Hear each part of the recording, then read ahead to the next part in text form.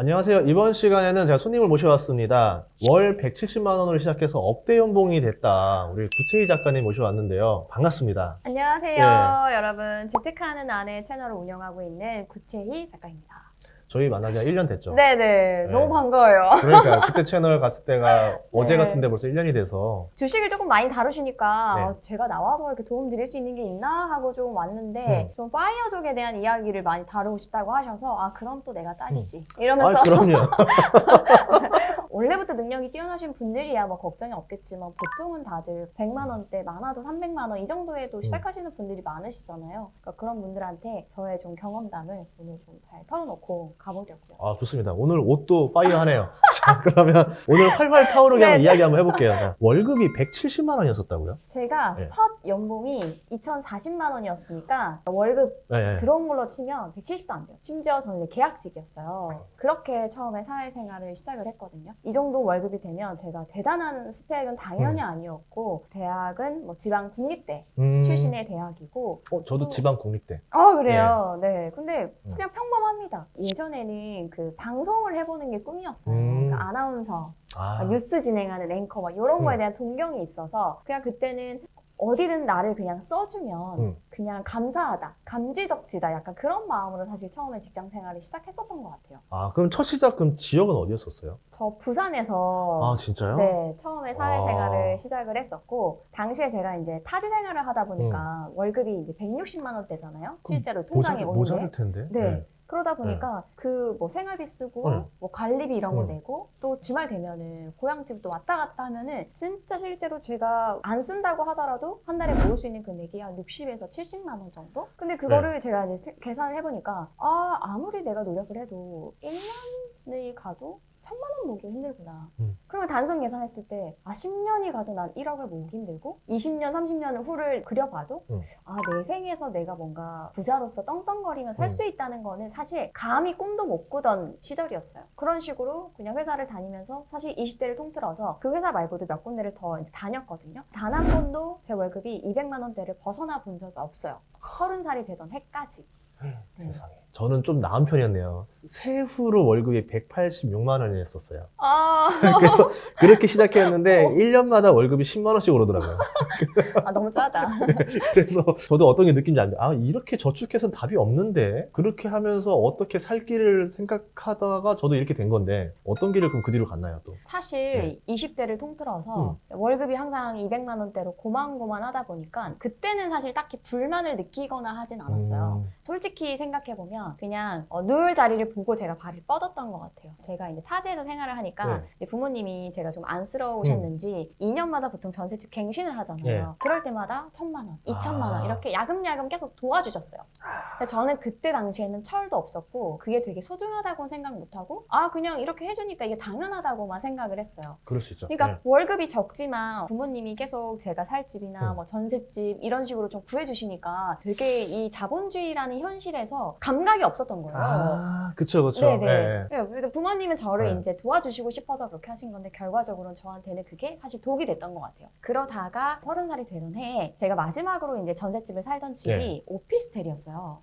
요새도 그런지 모르겠는데 그때는 이제 전입신고를 안 하는 조건으로 세금 문제 때문에 임대인께서 시세보다 약간 저렴하게 전세를 내놓으신 거였어요. 그래서 당연히 이제 그걸 믿고 이제 들어갔는데 알고 보니 전입신고를 하지 않는 상태에서 얼마 후에 거기에 이제 근저당을 잡으신 거예요. 그러면은 오피스텔 매매가보다 대출가 전세가가 더 위에 있을 거니까 경매로 넘겨버릴 수도 있겠네요. 네, 실제로 돈을 못 갚으셔가지고 그 집이 경매로 넘어가게 됐어요. 깡통. 거의 1억 원에 달하던 집이었거든요. 사실 부끄럽지만 그중에 1,000만 원만 제 돈이었고 9천만 원은 부모님이 진짜 7년, 8년 동안 계속 조금씩 보태주셨던 부모님 돈이었는데 그게 거의 다 날아가게 됐고 실제로 그 후에 돌려받은 돈이 한 1,000만 원 정도 돼요. 제가 이제 하루아침에 집이 없어진 거예요. 그동안에는 돈에 있어서 어떤 고생을 해봤다거나 별 생각이 없이 살았었기 때문에 결혼할 때도 부모님이 지금도 집을 조금 도와주시는데 어느 정도 좀 해주시겠지 약간 생각을 했던 것 같아요. 조금 부끄럽지만. 그랬는데 그렇게 하고 나서 이제는 어디 누가 하나 기댈 데도 없고 20대의 마무리를 효도가 아니라 불효를 하면서 저질렀고 뭔가 20대를 제가 되게 막 흥청망청 살고 막 명품을 걸친다거나 이런 것도 아니지만 결과적으로 보면 돈에 있어서는 너무나 무지했던 결과고 이게 당연하다는 생각이 나중에는 들더라고요. 그러면서 그 집을 날리고 나서 마음이 조급하니까 그때 다니고 있던 회사에서 좀 무리하게 제가 이직을 했어요. 좀 돈을 많이 주는 대로. 예. 네, 한 1,000만 원 정도를 높여서 이직을 했는데 거기도 한 7개월 만에 이제 회사가 망했어요. 최악이네요. 네. 다 잃었네. 그때가 예. 31살이에요. 정말 사회초년생분들이 차곡차곡 돈을 모아갈 시기에 저는 그 시기도 다 날리고 어떻게 보면 마이너스로 시작하는 그런 시기였죠. 그때 당시가. 31살에 직장 없고 모은 네. 돈 다 날리고 네, 그리고 사실 그때 남자친구한테도 차였었어요. 차이고 완전 우울의 끝을 예. 거의 한 2달 동안 매일 밤 울었던 것 같아요. 너무 힘들어서 실업급여를 신청할 생각조차도 못했어요. 그때 당시에는. 근데 왠지 이 스토리가 네. 혼자만의 스토리가 아니라 네. 이런 지금 상황에 있는 친구들이 굉장히 많이 있을 거라 생각을 해요. 그때도 저도 왜 이렇게 나만 이렇게 불운하지? 나는 왜 이렇게 복이 없지? 왜 이렇게 나는 하는 일마다 뭐가 되지도 않고 왜 그러지? 라는 생각을 막 세상 탓을 하고 막 타인을 탓하고 막 이랬거든요. 그런데 그 2달 동안 제가 정말 눈물로 밤을 지새우면서 많은 생각을 했을 거 아니에요. 결국에는 이 모든 것을 내가 자초한 거다. 자본주의 사회에서 돈을 모르고 살아간다는 것 자체가 사실은 굉장히 리스크한 거잖아요. 내가 부자가 될 수 없는 기회가 사라진다는 게 아니라 점점 더 그냥 가난해지는 길로 가고 있다는 거를 젊을 때는 시간도 많고 젊고 혈기왕성하기 때문에 그런 걸 생각을 못 한 거예요. 그래서 그때부터 내가 모든 것을 바꿔야 되겠다. 기존에 저는 170도 못 받았기 때문에 그때 당시에 제가 꿈꿀 수 있는 꿈이 솔직히 뭐 얼마나 대단했겠어요. 50억, 100억 이런 거는 없죠. 그냥 평생 제 삶에서 볼 수 없는 금액이라고 생각을 했어요. 근데 곰곰이 생각해보니까 그렇게 해서 나는 그 내 현재에 만족하면서 그냥 이것만 보고 살았는데 지난 10년 가까이를 봤을 때 결국 결과가 지금 이거잖아요. 다 망하고 친구도 잘 못 만나고 자존감은 바닥인 상태니까 그러면 지금 현재의 나를 생각하지 말자. 지금 내가 200을 벌든 300을 벌든 170을 벌든 내가 살고 싶은 어떤 목표를 한번 그려보고 그러니까 이 목표를 고정값으로 두자. 이걸 내 지금 수준에 끌어내리는 게 아니라 내가 지금 수준이 이 정도지만 내가 10년 뒤, 20년 뒤는 난 이렇게 살 건 아니니까 내가 이 수준까지 나를 한번 끌어올려보자라고 그때 사실 독하게 마음을 먹었던 것 같아요. 그러니까 31살에 초사이언이 됐다. 돌아보니까 20대 때 제가 게으르다고 생각을 했어요. 나 왜 그렇게 게으르게 살았지? 근데 지금 생각해보면 게을렀던 게 아니라 부지런해야 할 이유가 없었던 거예요. 목표가 없었다? 네, 목표가 없었어요. 그냥 그때는 내가 뭐 얼마 모아봤자 열심히 모아봤자 얼마 모으겠어. 그냥 적당히 몇 천만 원 모아서 그냥 좋은 사람 만나서 결혼이나 잘하면 다행이지. 이게 다였거든요. 그러니까 내가 바라볼 수 있는 세상의 폭이 너무 좁은 거죠. 근데 지금은 이제 제가 이제 이런 바닥을 겪었고 나는 더 이상 이런 삶을 살고 싶지 않아. 자본주의에서 난 진짜 내 돈을 내가 정복을 하고 싶어. 그러니까 그때부터는 이제 목표를 세우고 생애 설계 연패 같은 거가 있어요. 살면서 이제 그 나이 시기마다 어떤 이벤트들, 결혼이 있을 거고 있죠, 출산이 있죠. 있고 뭐 여러 가지가 있잖아요. 네. 자동차 구입, 유학 뭐 이런 것도 있으면 그런 것도 한번 그려보면서 얼마가 필요하지? 그런 것부터 하나하나 목표를 세우다 보니까 누가 시키지 않아도 몸이 정말 부지런해지더라고요. 이거는 그냥 여러분들이 뻔한 말이라고 할 수가 있는데 그냥 내가 깨닫고 내 스스로 마인드를 바꾸는 순간 누가 시키지 않아도 너무나도 생산적인 삶을 살게 되더라고요. 그리고 그 당시에는 제가 이제 재취업을 해야 됐으니까 당장 할 수 있는 게 제가 부자가 되고 싶다고 하더라도 그죠? 몸값을 올리고 싶다 하더라도 바로 어떻게 할 수 있는 게 없잖아요. 그러면 그때 당시에 실업급여를 제가 받고 있었으니까 실업급여를 관리하는 것부터 시작을 해보자. 그러면서 그날 막 낮에는 굉장히 열심히 재취업을 하고 면접 준비도 하고 이력서도 돌리고 그리고 밤에는 막 주어진 실업급여 안에서 꼼꼼하게 가계부도 쓰고 내 목표 설정도 조금만 점검을 해보고 이런 식으로 계속 살았어요. 그러다가 실제로 한 3개월 뒤에 제가 이제 어떤 잡지사에 또 이직을 하게 됐거든요. 당시에도 사실 연봉이 한 3,000 초반? 3,100, 200 그쵸, 정도였어요. 원래 많이 안 주잖아요. 네. 근데 어쨌든 지금 실업자에서 당장 내가 무슨 억대 연봉으로 갈 수는 없으니까 거기부터 일단은 이제 단계별로 진입을 하자 해서 돈 관리를 하면서부터 그리고 몸값까지 올리는 그 장기적인 프로젝트에 제가 들어가게 돼요. 참고로 잡지사에서 일하게 되면 퇴근이 늦잖아요. 퇴근이 뭐 마감 시즌에는 늦는데 거기가 이제 집에서 왕복 3시간이 걸리던 거였어요. 처음에는 그냥 일을 할 수 있다는 것만으로도 기뻤어요. 왜냐면 제가 처음으로 이제 정신을 차리고 들어간 직장인이었기 때문에 여기서 받은 이 200 몇십의 월급을 내가 정말 잘 관리해서 이거를 발판 삼아서 소액 투자도 해보고 나는 계속 몸값도 올려나갈 거야 라는 이제 목표가 그때 생긴 시절이었으니까 그래서 기쁘게 다녔는데 말씀대로 한 2달, 3달 되니까 그 아침에 광역버스 같은 걸 타고 가거든요. 그럼 가끔씩 자리가 없을 때가 있어요. 그럼 어쨌든 서서 그 1시간 정도를 가야 되는데 구두 신고 가는 날은 진짜 막 끼익하면 막 날아갈 것 같아요. 내가 언제까지 이 고단한 생활을 할 수 있을까? 제가 돈 아낀다고 이제 막 도시락도 맨날 싸고 다녔거든요.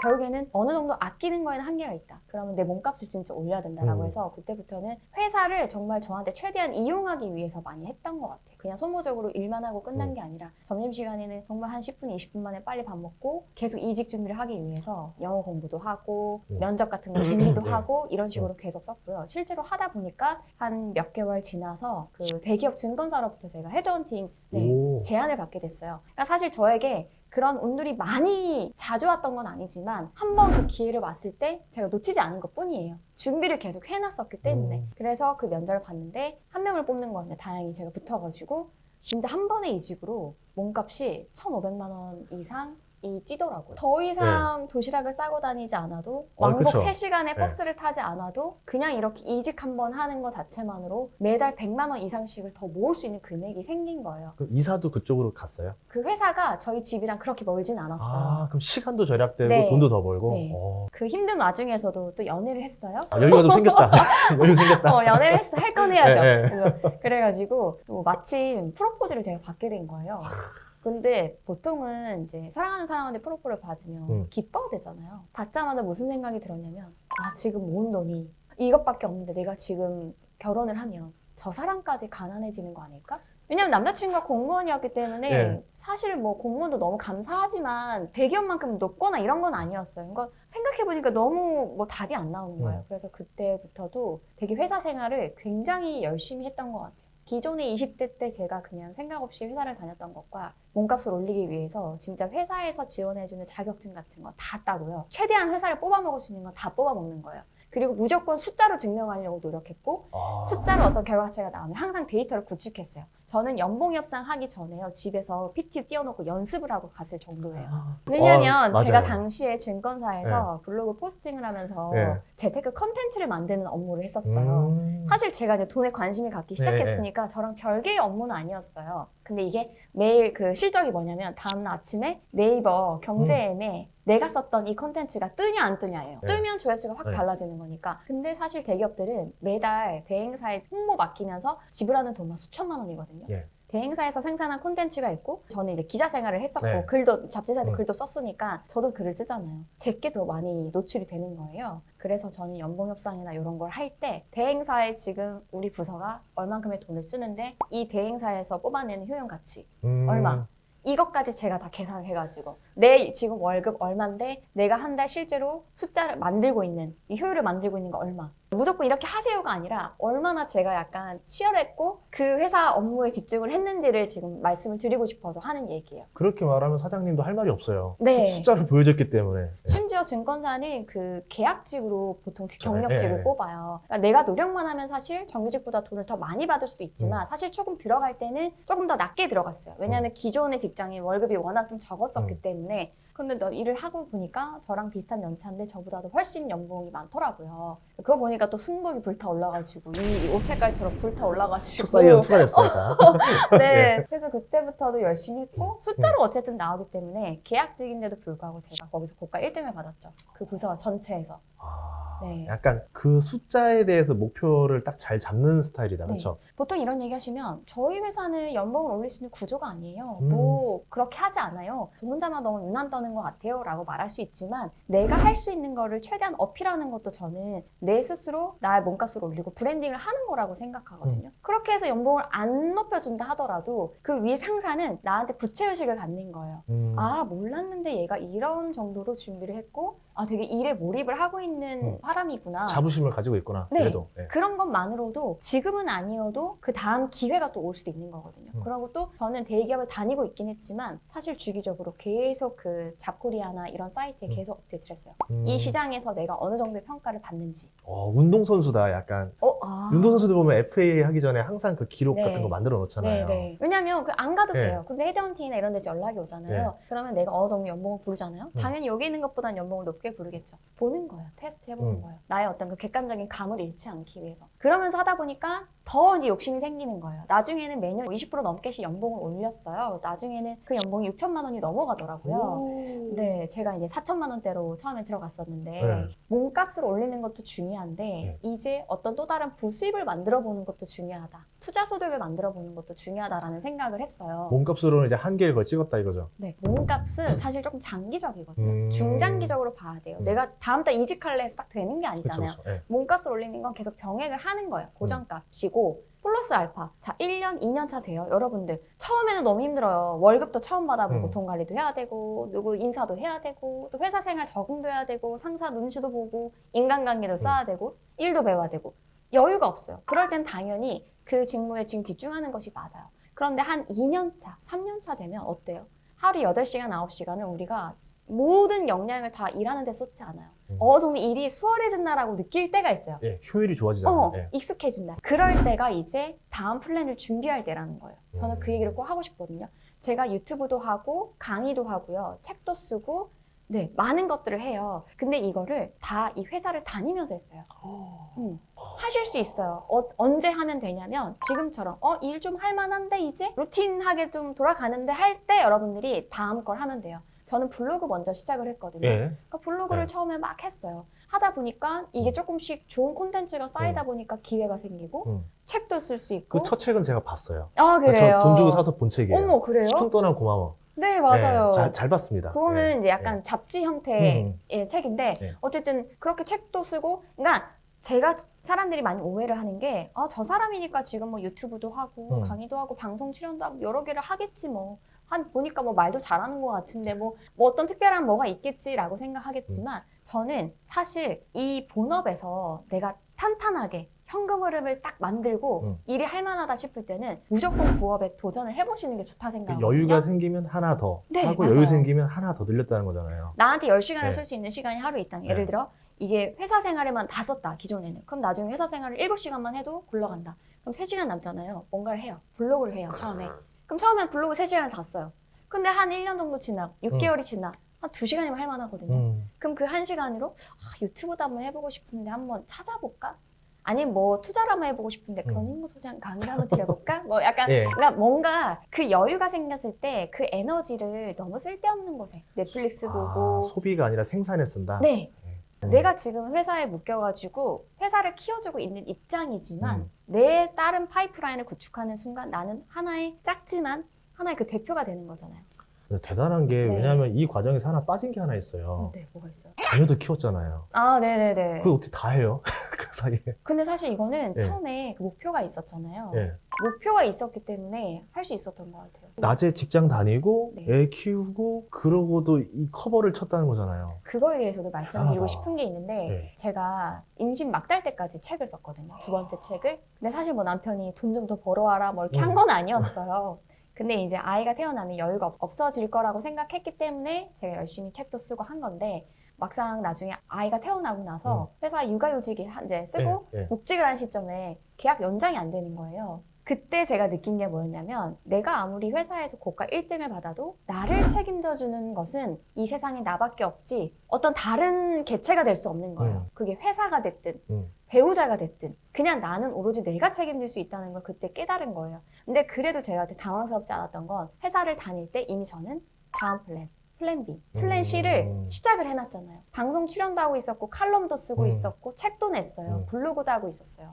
그렇기 때문에 그렇게 회사를 돌아가지 못하게 됐을 때 제가 바로 액션 플랜을 취했던 건 그러면 내가 항상 하고 싶었지만 시간이 조금 부족해서 못했던 유튜브를 하자. 그래서 저는 아이 낳고 붓기가 채 빠지지도 않은 5개월 때 유튜브를 시작했거든요. 그러니까 저는 지금 여러분들이 회사에 있을 때 그런 것들을 많이 파이프라인을 좀 뚫어 놓으시면 좋을 것 같아요. 그러면 31살에서 몇 년 후에 그게 된 거예요? 사회 초년생 기준으로 치면 한 그래도 10년 정도 만에 거의 억대를 처음에 딱 찍은 것 같고 31살 기준으로 하면 한 4년? 5년 정도 된 것 같아요. 31살 기준으로 해야죠. 근데 맞아요. 솔직히 그 정도면은 엄청나게 몸을 가른 거잖아요. 네. 그러면 이거를 다 다른 또 사회초년생들한테도 이렇게 추천해 줄 수 있어요? 이렇게 해봐라고? 괜찮겠어요? 저는 솔직히 사회초년생분들은 너무나도 기회가 많다고 생각해요. 근데 사회초년생이든 아니든 사실 예전에 20대에 저에게 해주고 싶었던 말이기도 해요. 사회초년생일 때는 어쨌든 그 초년생이기 때문에 시드 자체 월급이 크지 않단 말이에요. 그러면 그 적은 월급으로 진짜 바로 투자에 시작을 하기보다는 투자 공부를 하고 소액 투자를 해보는 건 사실 언제든지 하는 게 맞다고는 생각해요. 그런데 사회초년생 때는 정말 기회가 많잖아요. 네. 시간의 복리를 누릴 수 있는 시기이기 때문에 내 몸값을 올리고 브랜딩을 하는데 시간을 좀 많이 쓰셨으면 좋겠어요. 어떤 분들이 네. 그래요. 아, 나는 뭐 해보려고 해도 내가 중소기업 다녀서 스펙이 너무 낮아서 안 돼. 나는 뭐 지금 이 상황인데 뭐 되겠어? 약간 하거든요. 만약에 내가 뭐 이력서를 넣었는데 안 된다. 그러면 기회는 수시로 언제든지 오거든요. 그런데 그 기회가 내가 딱 원할 때 그 기회가 와가지고 내가 점프를 할 수 있는 건 아니에요. 그거는 신의 영역이에요. 그러면 그 기회가 왔을 때 내가 이 기회를 기회인 줄 알고 낚아채려면 계속 확률을 높이는 준비들을 해줘야 돼요. 내가 이직을 하고 싶은데 안 된다? 그럼 왜 안 돼? 하고 끝내는 게 아니라 내가 뭔가 지금 조금 더 보충할 수 있는 스펙이 있을까? 나는 약간 이런 컨텐츠 산업에 조금 관심이 많아. 그냥 이력서만 쓸 게 아니라 내 블로그든 인스타든 유튜브든 만들어 보거나 혹은 어딘가에 누군가 내가 뭐 PD로 지원을 하거나 뭐 해볼 수 있잖아요. 그쵸. 그런 스펙들을 쌓아놓는 준비들을 계속 한다거나 그러니까 그냥 다들 기회가 오기만을 기다리면 사실 그거는 말이 안 되는 것 같고 기회도 준비된 자에게 오는데 그 준비는 내가 하는 거고 그 준비를 하려면 노력이 들어가야 되는 거거든요. 저는 솔직히 저에게 그런 기회가 많이 왔다고는 생각하지 않아요. 근데 제가 정신을 차리고 나서 언젠가 나한테 기회가 왔을 때 난 그거를 진짜 동아줄이라고 생각하고 놓지 않겠다라는 마음으로 계속 확률을 높일 수 있는 작업들을 했기 때문에 그나마 지금 좋은 결과가 있지 않았나 생각해요. 지금 하시고 계시는 업무 혹은 투자 뭘 다 떠나서 본인의 그런 확률을 높일 수 있는 그게 몸값을 올릴 수 있는 확률이라던가 만약에 투자라면 내가 공부를 많이 해놓고 부동산에 관심이 있으면 임장을 수시로 다녀놓고 뭐 주식에 관심이 있으면 소액이라도 주식에 투자를 해보고 뭔가 그런 것들을 확률을 높이는 작업이잖아요. 그거를 꼭 해보셨으면 좋겠어요. 어떻게 보면은 네. 시간을 잘 활용해서 본인의 네. 성공 확률을 굉장히 올린 어떻게 네. 보면 어떻게 현실적인 조언이 될 수 있겠다, 그렇죠? 그리고 덜언으로 5년 만에 10억을 모았다라고 네. 하셨는데 네. 그건 2부에서 한번 들어보도록 할까요? 네. 알겠습니다. 2부도 잘 시청해 주시면 감사하겠습니다. 구독과 좋아요 부탁드릴게요.